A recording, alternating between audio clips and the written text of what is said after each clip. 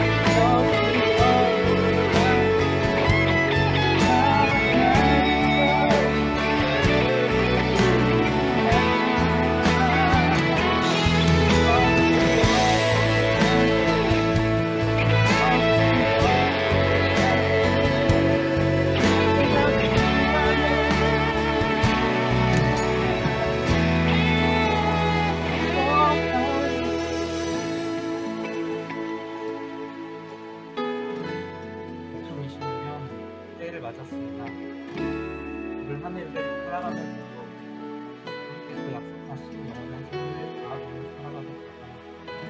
늘 주님의 말씀을 알게 해주시고 주님과 동행하는 삶을 살아가도록 하고 주님 앞에 함께 기도드립니다.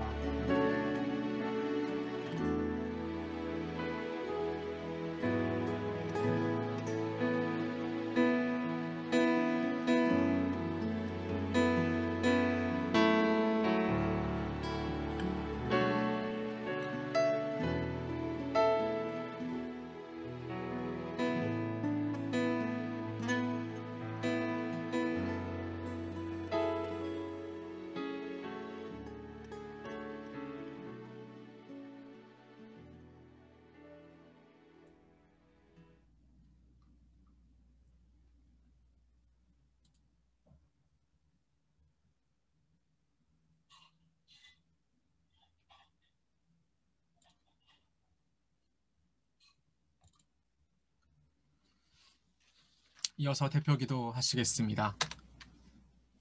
오늘 기도는 김은정 자매입니다. 김은정 자매께서 대표 기도해 주시겠습니다. 기도드리겠습니다. 들리세요? 네, 잘 들립니다. 네, 기도드리겠습니다. 사랑의 하나님 감사합니다. 2021년 새해 첫 주를 영상을 통해 저희 청년부가 예배드릴 수 있게 해주심에 감사드립니다. 이 영상으로 드리는 예배가 형식적으로 드려지는 예배가 아닌 마음을 담아 드리는 예배가 되게 하시고 이 시간 예배할 수 있음에 감사가 넘치는 시간이 되게 하여 주세요. 예배를 준비하는 손길들을 주님께서 기억하여 주시고 예배의 시작과 끝을 주님께서 주관하여 주세요. 코로나 상황으로 인해 교회에 나가지 못하고 함께 모일 수 없는 상황입니다. 주님, 하루빨리 이 상황이 정리되게 하여 주시고 예배의 자리가 회복될 수 있도록 저희 청년부 모두가 기도에 힘쓸 수 있게 도와주세요. 주님, 코로나로 인해 점점 영적으로 게을러지고 각자의 일상이 우선시되는 삶을 살아가고 있음을 회개합니다. 이런 저희들을 용서하여 주시고 이 시기에도 말씀 읽기와 기도하기에 더욱 힘쓰며 주님을 갈망하는 주님과 동행하는 것에 힘쓰는 삶을 살아갈 수 있도록 저희의 믿음을 허락하여 주세요. 코로나로 만날 수 없는 이 시기에도 청년부 모두가 청년부 한 사람 한 사람 잊지 않고 서로의 믿음과 건강을 지키기 위해 기도해 줄 수 있는 믿음의 청년부가 되게 하여 주세요. 이 시간 말씀 전해 주실 목사님께도 은혜 더하여 주시고 저희가 말씀을 들을 때에 그 말씀이 삶으로 이어질 수 있도록 말씀 가운데 살아갈 수 있도록 도와주세요. 예배를 마치는 시간까지 함께하여 주실 줄 믿으며 예수님의 이름으로 기도드렸습니다. 아멘.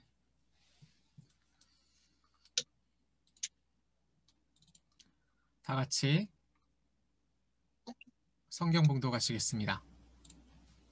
제가 읽을게. 제 목소리 들리시죠? 오늘 본문은 누가복음 1장 57절부터 66절까지입니다. 제가 한 절씩 전체를 봉독해 드리겠습니다. 엘리사벳이 해산할 기한이 차서 아들을 낳으니 이웃과 친족이 주께서 그를 크게 긍휼히 여기심을 듣고 함께 즐거워하더라.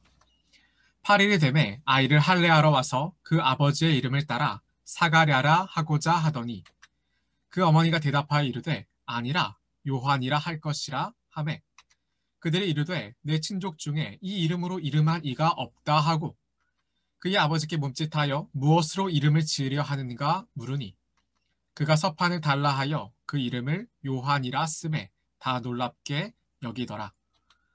이에 그 입이 곧 열리고 혀가 풀리며 말을 하여 하나님을 찬송하니 그 근처에 사는 자가 다 두려워하고 이 모든 말이 곧 유대 산골에 두루 퍼짐에 듣는 사람이 다 이 말을 마음에 두며 이르되 이 아이가 장차 어찌 될까 하니 이는 주의 손이 그와 함께 하심이러라. 아멘.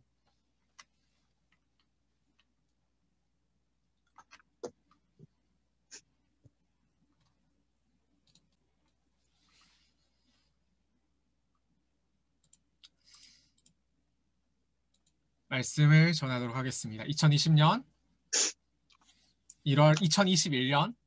1월 3일입니다. 오랜만에 여러분과 예배할 수 있어서 굉장히 좋은 것 같습니다. 오늘은 누가복음 1장 본문을 가지고 사가랴 말고 요한이라 하라 라는 제목의 말씀을 전하겠습니다. 누가복음은 누가에 의해서 기록이 되었습니다. 누가는 의사이면서 이 복음서를 기록한 복음서의 저자이기도 한데요. 사복음서 가운데 하나라는 이 누가복음은 예수 그리스도의 일대기를 통하여 우리에게 복음이 무엇인지를 소개합니다. 예수 그리스도의 일대기를 통하여 예수께서 어떻게 우리에게 복음이 되시는지를 설명하지요. 특별히 누가복음은 누가가 데오빌로라는 이름을 가진 로마의 고위 관료에게 편지하는 형태로 쓰였습니다. 데오빌로는 두 가지 말의 합성어인데 데오스와 필로스입니다. 이것은 하나님과 사랑이란 뜻이니까 사실 이방인이 가질 그러한 이름은 아니죠. 그러니까 아마 이방인이 하나님의 될 것을 기대하면서 이와 같은 편지를 데오빌로라는 가명을 빌어 쓰지 않았을까? 모든 이방인들이 하나님을 사랑할 수 있기를 생각하며 쓰지 않았을까 추측해 보게 됩니다. 누가는 1장 4절에서 이렇게 이야기했습니다. 이는 각하가 알고 있는 바를 더 확실하게 하려 함이로라. 이미 데오빌로가 알고 있지만 알고 있는 사실을 더욱 확실하게 하려는 것이 누가복음을 쓰는 목적입니다. 사랑하는 청년 여러분, 복음을 알겠지만 더욱더 확실하게 알 수 있는 여러분이 되시기를 간절히 바랍니다. 누가는 가장 먼저 세례 요한에 대한 이야기로부터 시작했습니다. 다른 복음서에서도 세례 요한이 등장하긴 하지만 이미 장성한 이후의 모습을 다루게 되죠. 그런데 이 누가복음 굉장히 특별하게도 세례 요한의 탄생을 다룹니다. 세례 요한이 임신된 순간 그것까지도 다루게 되는 것이 이 누가복음이에요. 오늘 본문 또한 세례 요한이 태어난 그것을 배경으로 하지요. 요한의 아버지 사가랴는 아비야 반열의 제사장입니다. 모세의 형이 아론인데요. 아론의 후손들이 대대로 제사장직을 감당하게 되지요. 아론의 아들들은 총 4명이 있었는데 나답과 아비휴 그리고 엘르아살과 이다말이 있습니다. 그런데 나답과 아비휴는 나중에 하나님 앞에 범죄하여 죽임을 당하고 엘르아살과 이다말만 남게 되는데요. 이 엘르아살과 이다말의 아들들의 총수가 24명이 되는 거죠. 그리고 그 중에 그 24명이 하나의 계열을 이루어서 이들이 돌아가면서 제사장의 업무를 감당합니다. 사가랴가 아비야 반열이라는 것은 그러한 24개의 반열 가운데 하나였다는 것을 보여줍니다. 이것은 사가랴가 정통적인 제사장의 후손임을 보여주는 것이죠. 뿐만 아니라 사가랴의 아내였던 엘리사벳 역시 아론의 후손, 즉 제사장 가문의 출신이라는 것을 보여주게 됩니다. 굉장히 거룩한 가문이지요. 그리고 1장 6절에서는 이 요한의 부모에 대한 평가가 나타나게 되는데요. 하나님 앞에 의인이며 주의 모든 계명과 규례대로 흠이 없이 행하는 자였더라 라는 표현을 쓰게 돼요. 하나님 앞에 의롭고 신실한 가정이었을 것을 우리가 알게 됩니다. 근데 문제가 있지요. 왜냐하면 이 신실했을 제사장 가족에게 자식이 없었기 때문입니다. 아이를 단 한 번도 출산하지 못한 데다가 뿐만 아니라 이미 늙어버려서 더 이상 아이를 기대할 수 없게 된 것이죠. 자식을 기대할 수 없는 그 지경에 있었던 것이 이들입니다. 자식은 하나님의 축복입니다. 코로나로 인해서 사망한 숫자가 나라에서 이제 집계하는 집계를 따르게 되면 어제까지의 숫자가 오늘 발표가 되죠. 962명이라고 발표가 되었습니다. 그리고 코로나가 발발한 이후로 지금까지 코로나에 걸렸다고 이야기되는 사람들의 숫자가 오늘 기준으로 63,244명입니다. 많은 숫자죠. 그런데 혹시 대한민국에서 낙태가 하루에 몇 건이나 이루어지는지 아십니까? 2017년에 조사한 바에 따르면 아마 지금은 이보다 더 많아졌겠죠. 2017년에 조사된 바에 따르면 대한산부인과 의사회는 하루에 3,000건 이상의 낙태가 이루어진다고 보았습니다. 인공 임신 중절 수술이죠. 하루에 3,000건이라는 것은 만약에 30일을 한 달로 정했을 때 30일 동안 일어나게 되면 한 달에 9만여 명의 아이가 죽게 되는 것을 보게 되는 것이죠. 지금까지의 코로나가 발발한 숫자보다 압도적으로 많은 숫자가 한 달 만에 일어납니다. 많은 불임 가정들이 아이를 가지려고 그리 노력합니다만 그보다 많은 일은 하나님이 주신 생명을 죽이게 됩니다. 생명은 하나님이 주시는 것입니다. 잉태된 순간부터 하나님이 주셨다는 것을 우리는 알아야 합니다. 낳고 싶어서 낳는 게 아니고 낳기 싫어서 낳지 않는 게 아닙니다. 하나님이 주시면 그 아이를 소중하게 길러야 되는 것이죠.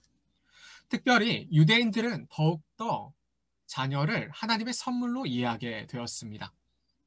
그런데 제사장 가문이며 의롭고 신실했던 사가랴와 엘리사벳 이 가정에 자녀가 없었다는 것은 사람들은 어떻게 생각할 수 있었느냐면 하나님께 벌을 받았다든지 미움을 받았다고 이해할 수도 있는 것이죠. 그러니까 이들에게는 그 자식이 없다는 사실이 자식이 없어서 슬픈 것도 있고 자식이 없는 자신들을 바라보는 그 사람들의 눈길 때문에 부끄러움을 당하는 것도 있었을 것입니다. 그러한 사가랴에게 제사장들이 돌아가면서 이제 업무를 감당하다고 했죠. 사가랴가 제사장 업무를 감당할 차례가 됩니다. 그리고 수많은 제사장들이 해야 될 일들 중에 제비를 뽑아서 그 일을 정하게 되었는데 사가랴는 분향단에 올라가서 분향하는 그러한 역할을 감당하게 되는 것이죠. 누가복음 1장 8절부터 10절까지입니다. 마침 사가랴가 그 반열의 차례대로 하나님 앞에서 제사장의 직무를 행할세 제사장의 전례를 따라 제비를 뽑아 주의 성전에 들어가 분향하고 모든 백성은 그 분향하는 시간에 밖에서 기도하더니 분향이라는 것은 하나님 앞에 향을 피워서 그 향이 하늘로 올라가서 하나님께 닿는다고 생각을 했던 것 같습니다. 특별히 성소를 보게 되면 지성소가 있고 그리고 그 앞에 성소가 있게 되는데요. 이 분향은 이 성소에서 이루어집니다. 지성소와 성소는 회막으로 가려져 있는데 지성소 안에는 언약궤가 있어서 그곳에서 하나님이 거하신다고 믿게 되는 거죠. 그럼 이 향은 어디든 통과할 수 있지 않습니까? 이 향이 통과하는 겁니다. 회막을 지나서 지성소에까지 이르게 되는 거죠. 하나님께 닿는다는 개념이 여기에서 등장을 하게 돼요. 그래서 분향이라는 것은 하나님에 닿게 되는 우리의 기도를 표현하게 되는 것입니다. 제사를 드릴 때도 마찬가지였는데요. 제사를 드리게 되면 보통 이 제물을 불로 태우게 되죠. 제물을 불로 태우게 된다는 것은 그 연기가 하늘로 치솟게 되는데 그것 또한 하나님께 드리게 되어진다는 것을 증명하게 되는 겁니다.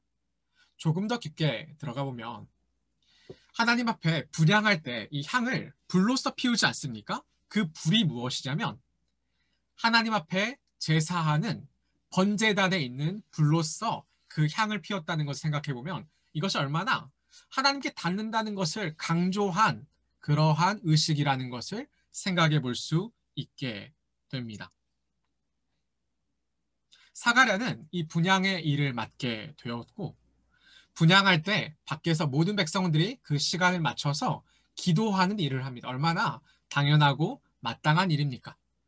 그 올라가는 향기와 함께 하나님께 우리의 기도를 같이 올려드리는 것이죠. 사가랴 또한 그랬을 것입니다. 그러면 생각해 보십시오. 사가랴의 기도의 제목은 무엇이었겠습니까?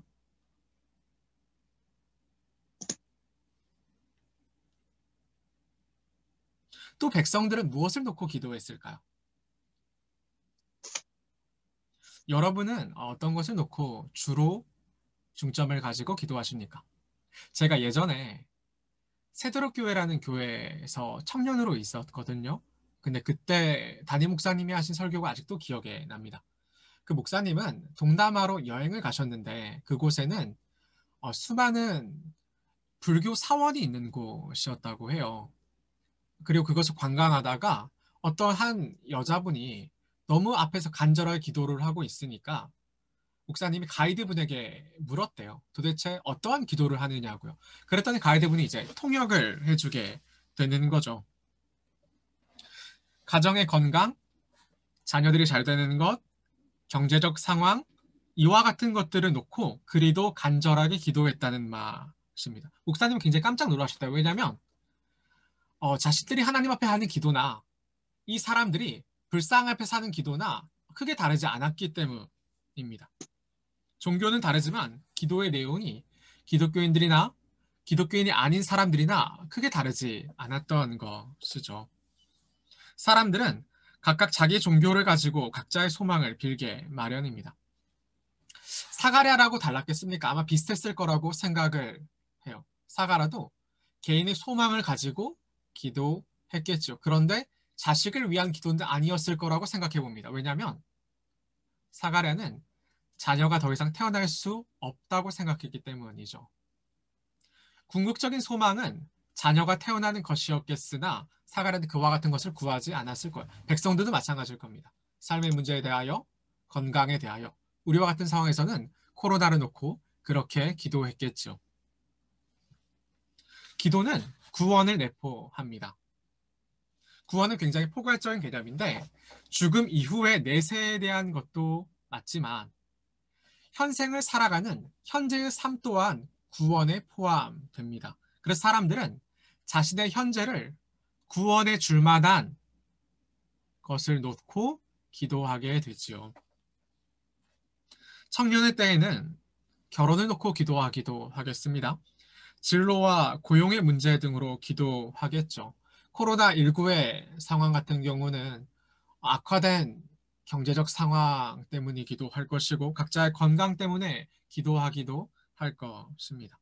분명히 이런 것들이 성취되면 현재를 살아가는 우리들로서는 구원처럼 여기는 것이 익숙할 수 있겠습니다. 물론 제한된 구원입니다. 영원하지 못한 구원이죠. 사랑하는 청년 여러분, 기독교는 여러분의 구원을 가르칩니다. 여러분이 구원을 알아서 다 무엇이라고 생각하고 있으면서 그것을 획득할 방법을 가르쳐 주는 게 아니라 도대체 구원이라는 것이 무엇인지를 가르칩니다. 기독교인들은 수많은 설교와 또 말씀 묵상을 통해서 우리는 구원을 배우게 되죠. 그러면 교회에서의 여러분이 성경을 보면서 배운 그 구원이 여러분 삶에서도 여러분의 삶을 구원하던가요? 아니면 기독교의 구원은 그저 종교적인 표현일 뿐이었습니까?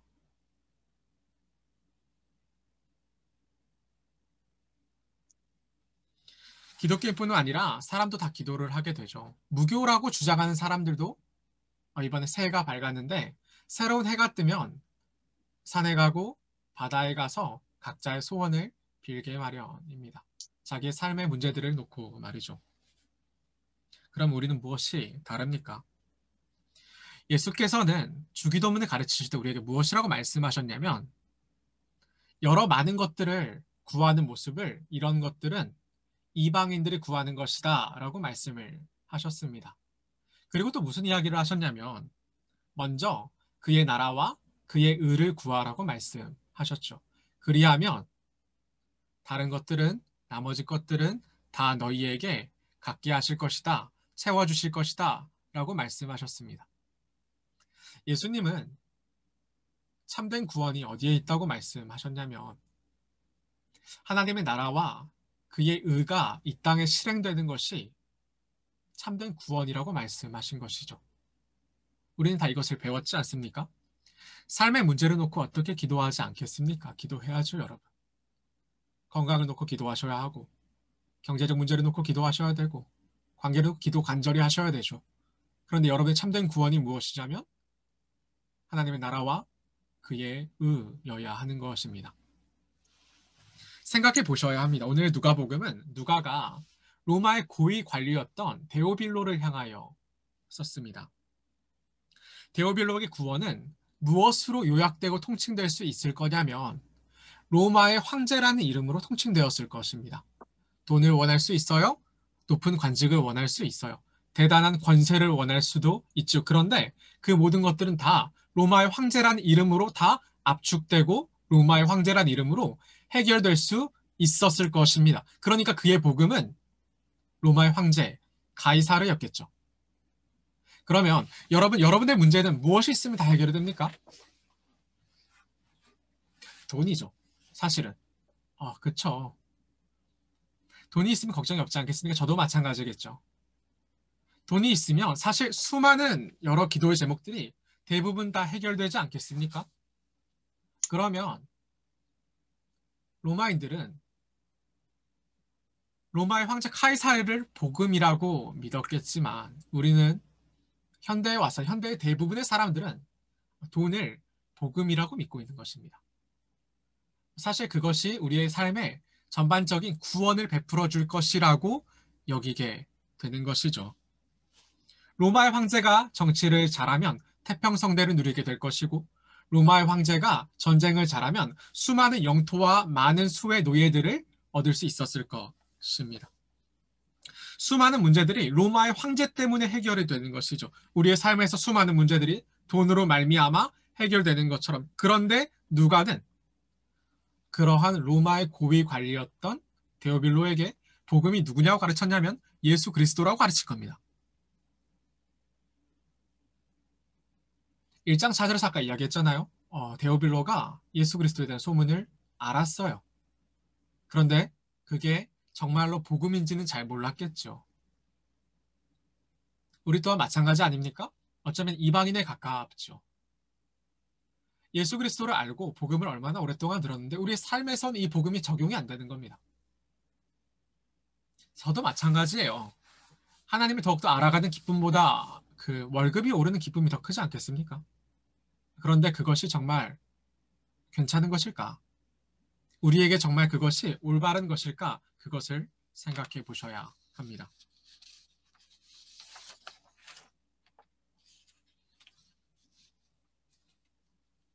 제사장 가문에 오랫동안 아이가 나지 않았는데 사가랴가 부양할 때 백성들이 다 같이 그때 같이 기도를 했죠. 그때 사가랴에게 천사 가브리엘이 나타납니다. 그 나타난 장소도 굉장히 극적인데요. 그 분향단 오른쪽에 등장하게 되지요. 의도적인 이야기입니다. 분향은 기도라는 하나님 앞에서의 간구를 나타내는데 천사가 나타나서 그 기도에 응답해주는 그림이거든요. 굉장히 이런 것들은 의도적인 표현들이에요.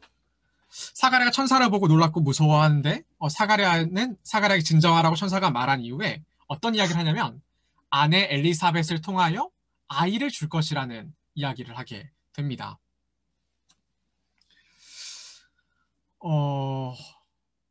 그런데 이 천사가 선을 넘죠. 왜냐하면 이 천사가 그냥 아이를 준다고 하면 되는데 아이의 이름까지도 정해줬기 때문입니다. 이거는 아이의 부모의 몫이잖아요. 아이의 이름을 뭐라고 이야기했냐면 요한이라고 알려줍니다. 그리고 또다시 이 천사가 또다시 선을 넘었는데 어떠한 이야기를 하게 되냐면 아이의 진로와 사명까지도 정하여 주게 되죠.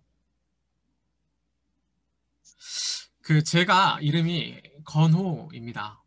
박씨 가문의 건호인데요. 호는 어차피 돌림자니까 별 이제 의미가 없다고 치더라도 제 건자는 저희 할아버지가 지어주신 이름인데 세울건이라는 한자를 써요. 그러니까 가장 좋은 이름인 거죠. 할아버지가 생각했을 때 가장 좋은 뜻을 가지고 가장 좋은 저를 향한 계획을 가지고 지은 이름이 건호라는 이름이에요. 예전에는 자식이 많았으니까 이렇게 대충 짓는 경우도 있었지만 요즘은 누가 그럽니까? 자식의 이름을 가장 예쁘게 지을 거예요. 돈을 줘서 짓는 경우도 많이 있죠. 가장 좋은 뜻을 놓고 그렇게 지어주는 겁니다. 그렇게 축복해주는 거죠. 그런데 그러한 일들을 하지 못해요. 왜냐하면 천사가 이미 이름을 지어줬기 때문이죠. 요한의 진로를 정해졌는데 1장 13절부터 17절의 내용이에요. 천사가 그에게 이르되 사가랴를 무서워하지 말라. 너의 간구함이 들린지라. 네 아내 엘리사벳이 내게 아들을 낳아주리니 그 이름을 요한이라 하라. 너도 기뻐하고 즐거워할 것이요 많은 사람도 그의 태어남을 기뻐하리니 이는 그가 주 앞에 큰 자가 되며 포도주나 독한 술을 마시지 아니하며 모태로부터 성령의 충만함을 받아 이스라엘 자손을 주 곧 그들의 하나님께로 많이 돌아오게 하겠음이라.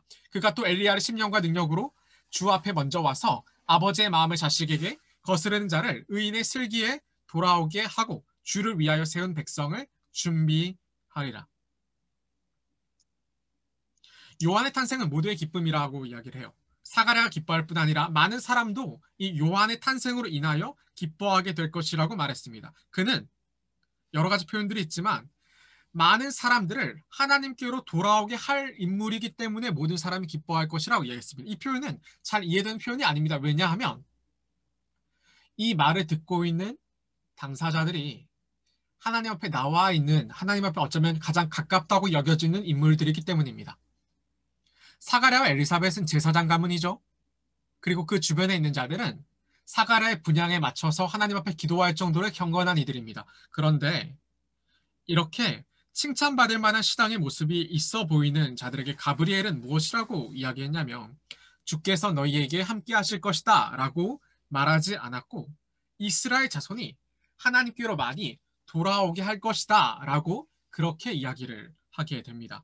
우리는 이 사실에 주목해 보아야 해요. 하나님께서 우리에게 멀리 떨어진 것이 아니라 우리가 여전히 하나님을 멀리하고 있다는 말이겠죠. 기도하는 사람들조차도요.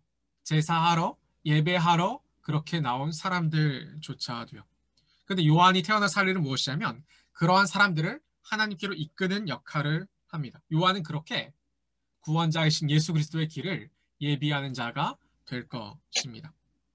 사가랴가 제가 아까 이야기했는데 사가랴는 분양할 때 그 자식을 구하지 않았을 거예요. 왜냐하면 여기 근거가 나타나요. 보게 되면 사가랴가 천사의 말을 믿지 않았습니다. 사가랴는 할 말이 있었어요. 왜냐하면 사가랴는 지금까지 아이를 낳아본 적이 없고 또 자신과 자신의 아내가 늙어버렸기 때문이죠. 더 이상 아이를 가질 만한 그 소망이 없다고 여겼기 때문일 것입니다. 천사 가브리엘은 그러한 사가랴에게 표징을 주는데 그에게 말을 하지 못하게 하는 것입니다.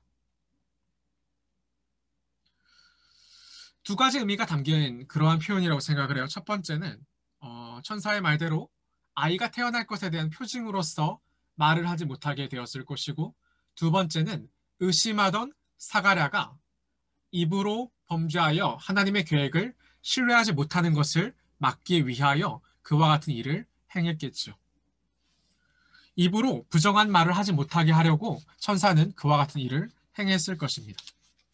사람들은 사가랴가 분명히 분향을 마쳤을 시간인데도 나오지 않는 차 의아해합니다. 그리고 시간이 흘러서 사가랴가 나왔는데 말을 하지 못한 채로 나오게 돼요. 여러분, 침묵할 때가 필요합니다.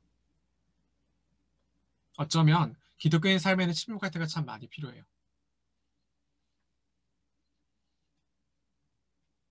사가랴는 자신에게 아이가 태어날 수 없다고 생각했습니다. 그래서 하나님께서 말씀하셨음에도 불구하고 이를 믿지 않지요. 여러분의 삶에서 하나님 말씀하실 때에 그 말씀이 부정되는 일들이 참 많이 있습니까? 여러분 침묵하셔야 합니다. 그것이 옳습니다. 차라리 침묵한 채로 하나님의 계획을 기다리는 것이 훨씬 더 옳은 일일 것입니다. 그렇게 침묵하던 사가랴의 집에 아기 울음소리가 나중에 이제 들리게 될 텐데요. 약속된 아이가 잉태되었기 때문입니다. 아이가 잉태되고 6째 달에 천사 가브리엘은 다른 여인을 찾게 되죠. 그 여인은 우리가 아는 것처럼 예수님의 어머니인 마리아입니다. 가브리엘은 마리아를 찾아서 이렇게 이야기를 했어요. 31절, 33절이에요. 보라, 네가 잉태하여 아들을 낳으리니 그 이름을 예수라 하라. 그가 큰 자가 되고 지극히 높으신 이의 아들이라 일컬어질 것이요. 주 하나님께서 그 조상 다윗의 왕위를 그에게 주시리니 영원히 야곱의 집을 왕으로 다스리실 것이며 그 나라가 무궁하리라. 이때 마리아는 결혼하지 않은 처녀였어요. 약혼을 했지만 이 마리아는 아직 남자를 알지 못하여 전혀 아이를 낳을 수 있는 상황이 아니었어요. 그런데 천사가 나타나서 그녀에게 아이가 있을 거라고 이야기를 합니다. 얼마나 소스라치게 놀랄 만한 일입니까? 그리고 마리아를 통해서 가브리엘은 아들을 낳게 될 것과 그 이름도 알려주죠. 그리고 그가 어떠한 삶을 살게 될 것까지도 알려줘요. 앞서서 요한과 유사한 그 구조를 갖게 되죠. 근데 이 표현들을 보게 되면 이 아이는 온 이스라엘의 영원한 소망입니다.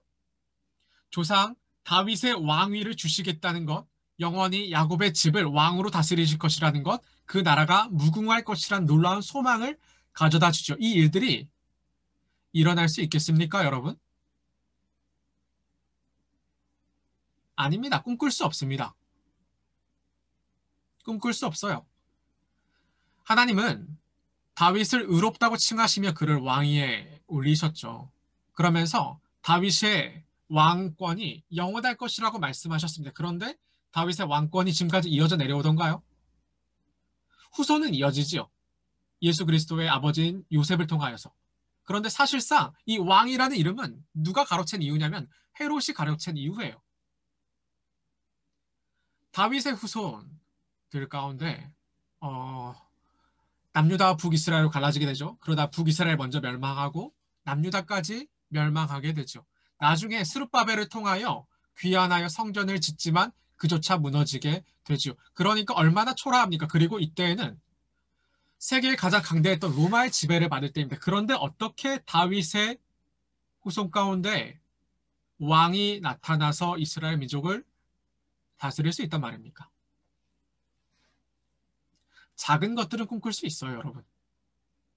작게나마 하나님 앞에 기도할 때에 건강의 회복이라든지 어떤 우리의 필요를 채워주는 것이라든지 그런 것들은 기도할 수 있어요. 그런데 그 이상의 큰 것은 기도하지 못하게 되는 거죠.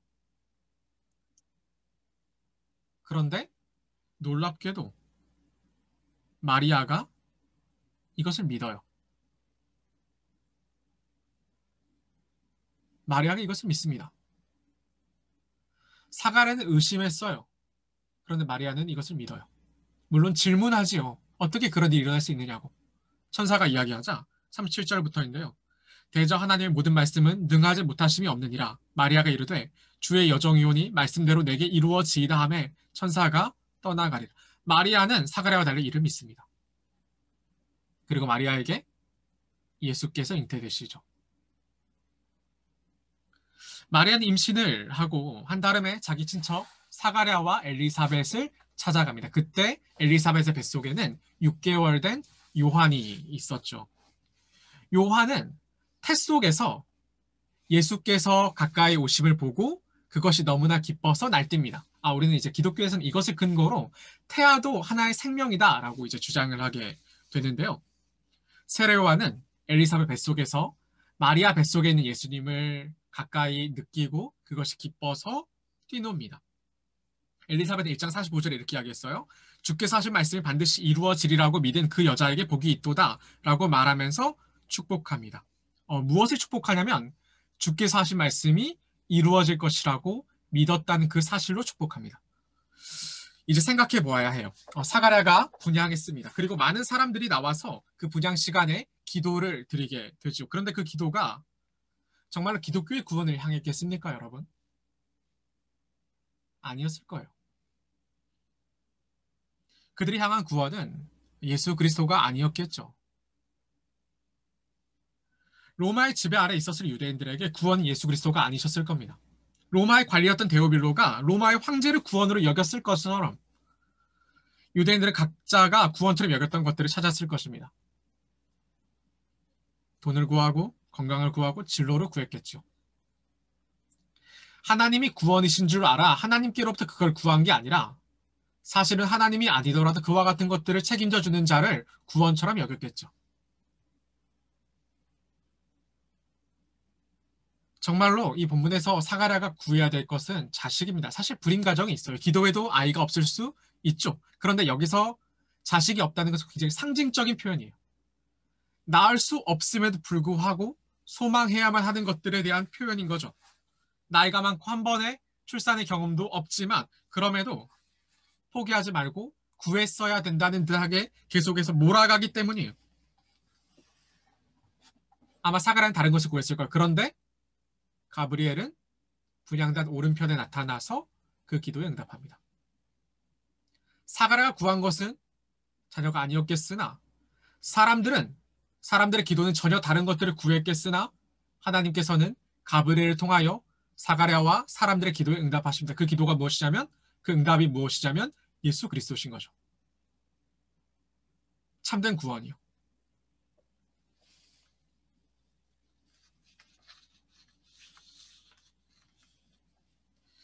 하나님은 천사 가브리엘을 통해서 아이를 낳지 못하는 불임 가정에 세례 요한을 보내주셨어요.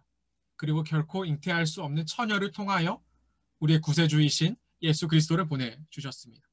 하나님의 구원은 우리의 연약함들, 실수들, 실패의 모습들, 과거의 얼룩들, 수많은 것들로 막을 수 있는 것이 아닙니다. 그러니 여러분,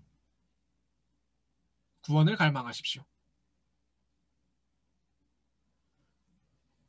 어쩔 수 없이 믿음이 적다고 작은 것을 생각하는 자들이 아니라 커다란 것을 구하십시오.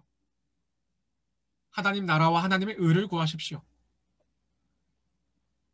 믿음이 연약해서 어쩌면 내 지금까지 삶이 대단치 못해서 다른 것들을 구하는 것이 아니라 하나님의 나라와 그 의를 구하십시오.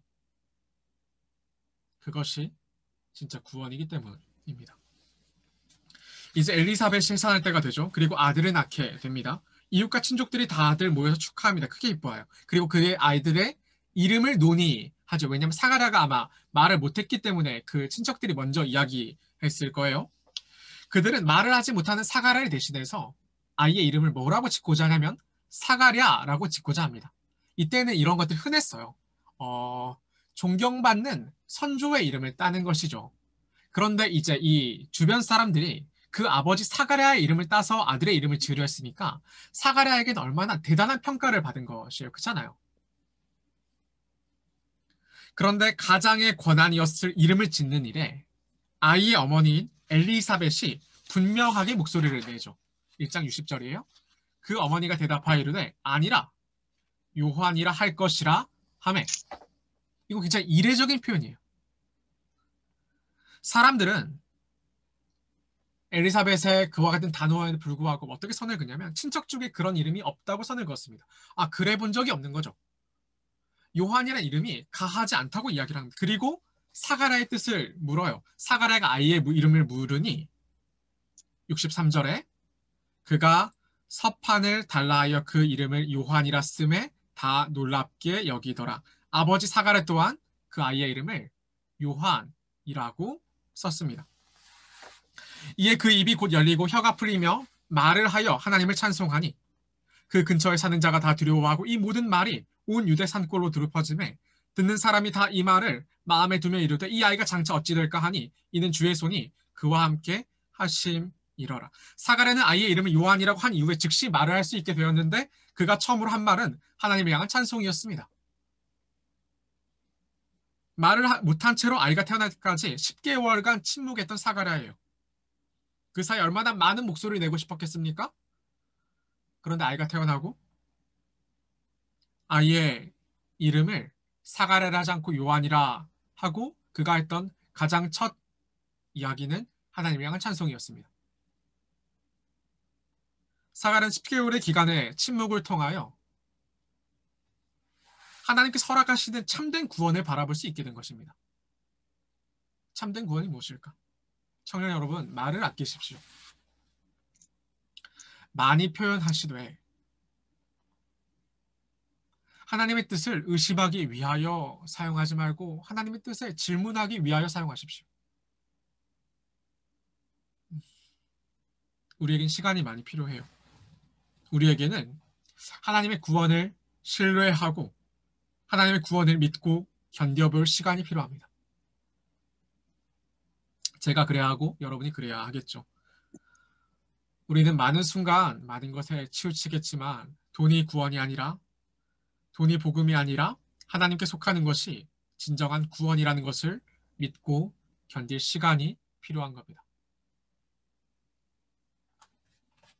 사가랴는 10개월에 침묵하고 아이의 이름을 사가랴라고 하지 않고 요한이라고 했습니다. 아이의 이름을 자기 뜻에 따라 혹은 주변 사람들의 바람을 따라 사가랴라고 하지 않았던 것을 기억해 주십시오. 제가 아까 이야기했죠. 이름이라는 것은 아이가 어떻게 살 것인지에 대한 그 기대를 담고 있다고요. 부모가 생각했을 때 그리고 주변에 친한 이웃들이 생각했을 때 가장 좋아 보이는 구원처럼 보이는 삶에 대한 그 소망을 담아서 아이의 이름을 지을 거라고요. 제 이름이 할아버지 딴에는 가장 좋은 한자를 써서 지었던 이름인 것처럼요. 그런데 사가랴가 그 아버지 사가랴가 자기의 뜻을 꺾은 거예요. 그것이 구원이 아니라고 생각한 거예요. 그것을 포기한 거죠. 그리고 천사를 통해 전해준 그 이름을 요한을 그 아이의 이름으로 정하면서 구원이 정말로 하나님께 있다는 것을 인정한 겁니다. 그게 이 사건이에요. 내가 생각하는 구원을 꺾고 하나님의 구원이 무엇인지를 인정하게 된 거죠.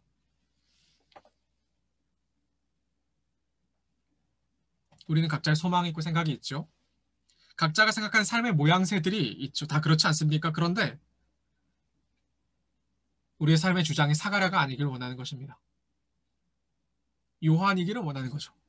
우리 삶의 방향, 선택, 수많은 것들이요. 우리가 구원처럼 여겨서 많은 것들을 결정하겠으나 정말로 구원이 하나님께 있다는 것을 믿으며 그에 기초하여 선택하셨으면 참 좋겠다. 이 생각을 매번 하는 것입니다.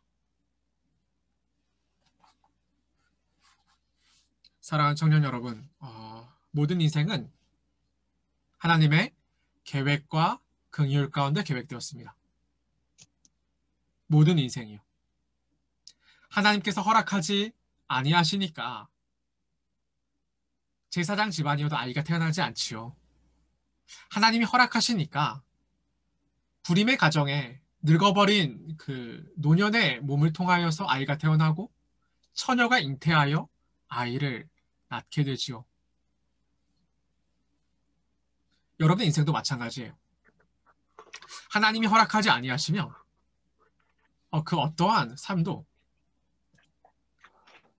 그 어떠한 모습도 허락되지 않아요. 비록 저와 여러분의 이름이 요한이 아니겠지만 그래도 삶은 요한처럼 살기를 바라는 것이죠. 하나님이 우리에게 구원을 베푸시고 또 우리를 통하여 구원이 무엇인지를 이 세상에 알게 하시려 우리를 보내셨으니까요.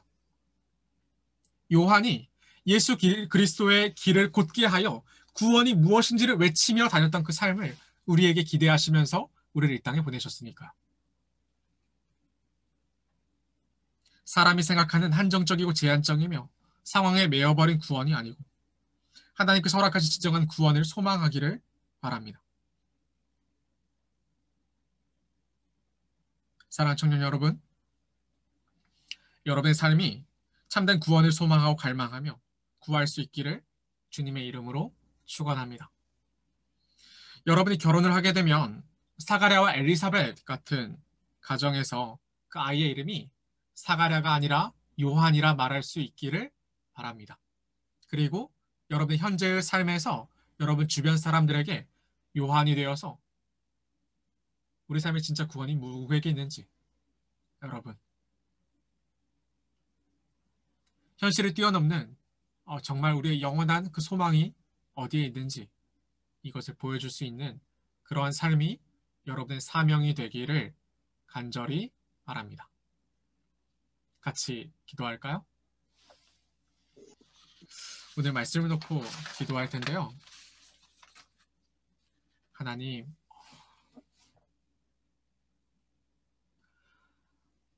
구원을 알게 하여 주옵소서. 인생을 살아가면 수많은 필요가 있는데 하나님, 그 모든 필요보다 하나님의 나라와 그 의를 구하게 하여 주옵소서. 그리하면 그 모든 것을 채우신다고 말씀하신 하나님을 신뢰하여 하나님 우리의 믿음을 온전하고 공고히 할 수 있게 해 주옵소서. 우리 다 같이 짧게 간절하게 기도하겠습니다.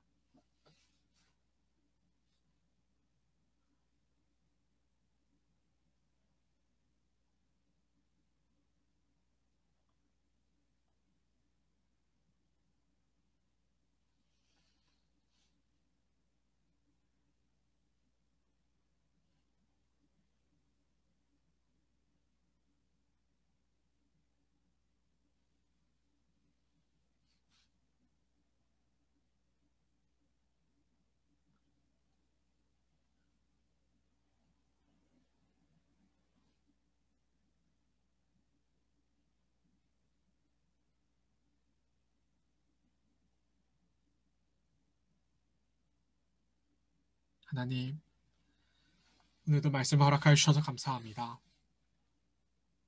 하나님, 누가가 참 부럽습니다. 누가는 로마의 고위 관료인 데오빌로에게 복음이 무엇인지를 가르쳤습니다. 누가의 이 확신이 부럽습니다. 하나님을 믿는다고 이 땅을 살아가면서도 하나님 우리의 믿음이 불완전하여 불명확하여 얼마나 많이 흔들립니까? 얼마나 많이 유혹에 빠지게 되고 하나님보다 다른 것들을 더 앞세우는 일들이 얼마나 많이 있었습니까? 그럼에도 불구하고 저희가 오직 은혜로 구원을 이룬 것처럼 하나님의 은혜에 의지하여 다시 한번 하나님 앞에 머리를 숙이고 간절히 구하오니 하나님 우리의 기도를 흠양하여 주시옵소서. 아버지 앞에 구하는 것이 다른 거 다 제쳐놓고 다른 많은 것들이 필요하구나. 다른 거 다 제쳐놓고 하나님의 나라와 그 의를 구하며 오직 예수 그리스도께서 우리 속에 거하시기를, 우리가 하나님 안에 속하기를 원하고 구하오니 하나님, 우리 어리석고 연약한 믿음을 지켜주시옵소서. 굳건하게 하시며 강건하게 하시며 나로 성장하게 하여 주셔서 사가랴의 삶이 아니라 요한의 이름을 갖고 살아가는 자들 다 되게 하여 주시옵소서. 우리 청년들이 속한 곳, 우리 청년들이 영향을 미치는 수많은 곳에서 아버지가 어떤 곳에 있든지 각자의 삶에서 구원이 무엇인지로 인하여 만족하고 구원이 무엇인지를 주변에 가르치며 선포하며 그로 인하여 이 땅에 하나님 나라가 선포되고 하나님의 의가 실행되는 그 놀라운 역사가 우리 청년들을 통하여 있게 하여 주시옵소서. 하나님, 걱정하옵기는 우리 청년들의 삶 가운데 많은 어려움들이 있어서 아버지 신앙을 위협할까, 아버지 그것이 너무나 걱정이 되나이다. 현실을 뛰어넘는 신앙이 있으면 좋으련마는 아버지 우리가 여전히 부족하오니 하나님 삶의 문제 가운데도 개입하여 주시옵소서. 저희가 삶의 문제를 가지고 그것으로 인한 신앙을 버리는 선택을 하는 것이 아니라 오히려 더욱더 하나님께 구원이 있다는 것을 기억하여 하나님을 붙잡는 선택을 할 수 있게 하여 주시옵소서. 아버지, 오늘부터 앞으로의 삶을 책임지시고 붙드실 텐데 그 놀라움 가운데 우리가 다 같이 기뻐할 수 있게 하여 주시옵소서. 감사합니다. 예수 그리스도의 이름으로 기도드립니다. 아멘.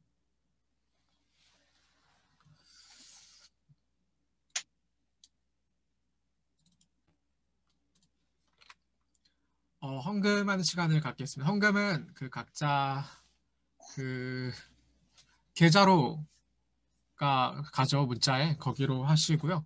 그리고 헌금 기도 하시겠습니다. 오늘 헌금 기도는 장주현 형제님께서 해주시겠습니다. 하나님 아버지 감사합니다. 오늘도 주님 앞에 나와 예배를 하고 또 주님의 말씀을 들을 수 있도록 허락하심에 감사드립니다. 또한 하나님의 나라의 일을 위해 또한 저희 교회 공동체를 위해서 이렇게 헌금할 수 있게 하심에 감사드립니다. 이 헌금이 하나님께서 기뻐하실 만한 일에 사용되게 하시고 헌금이 사용되는 곳마다 하나님의 영광이 드러나게 하여 주시옵소서. 바친 손길 기억해 주셔서 하나님에 대한 믿음이 더욱 깊어지게 하시고 여러 가지 이유로 헌금하지 못한 자들에게는 물질을 낼 수 있는 여력과 또 마음을 허락하여 주시옵소서.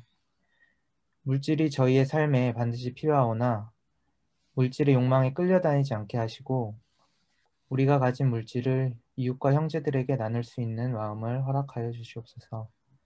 감사드리며 예수님의 이름으로 기도드립니다. 아멘. 아멘.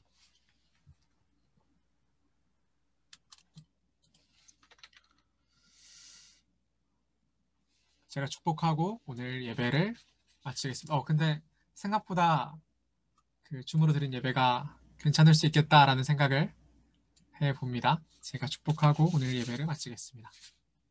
사실 축복할 때마다 손을 어떻게 뻗어야 될지가 참 어려운데 화면이 안 들어. 이제는 우리의 주 되신 우리를 구원하시는 예수 그리스도의 은혜와 우리를 결코 버리지 아니하시는 우리 아버지 되신 하나님의 사랑하심과 우리 안에 내주하시며 역사하시는 성령님의 교통하심이 비록 인터넷이라는 수단을 통하여 조악하나마 그럼에도 불구하고 아버지 앞에 예배하기를 위하여 이곳에 머리 숙인 모든 청년들 머리 가운데 이제로 영원히 함께 계실지어다. 아멘. 고생하셨습니다. 이제는 광고하는 시간인데요. 오늘 광고는 남민지 자매님께서 수고해 주시겠습니다. 남민지 자매님 이야기해 주시겠어요? 네, PPT 넘겨주세요. 네, 청년부 예배에 오신 여러분들을 환영합니다. 경건한 예배를 위해서 되도록 화면을 켜주시고 또 미리 몸과 마음을 단정하게 한 다음에 성경책을 준비하고 말씀을 함께 적으면서 예배드리면 좋겠습니다. 네, 팸 구성이 완료되었습니다. 각 팸 리더분들과 연락을 잘 하셨을 거라고 생각되는데요. 서로가 서로를 챙겨서 같이 짐을 지는 놀라운 청년부가 되시기를 소망합니다. 네, 지금 코로나가 계속 심한 와중에 그래도 요즘 좀 줄긴 했지만 그래도 아직도 심하니까 항상 건강 잘 챙기시고 수칙 잘 지키면서 생활하시면 좋겠습니다. 네, 서로 사랑하는 청년부가 되면 좋겠습니다. 서로를 돌아보고 서로에게 관심을 가졌으면 좋겠고 그리고 서로의 기도 제목을 알고 기도해 줄 알기를 진심으로 바랍니다. 네, 그럼 팬모임 하실 텐데요. 팬모임은 목사님께서 줌을 통해서 방을 나누어 주실 거고요. 꼭 참여해 주시길 바랍니다. 다음 주에 또 만나요.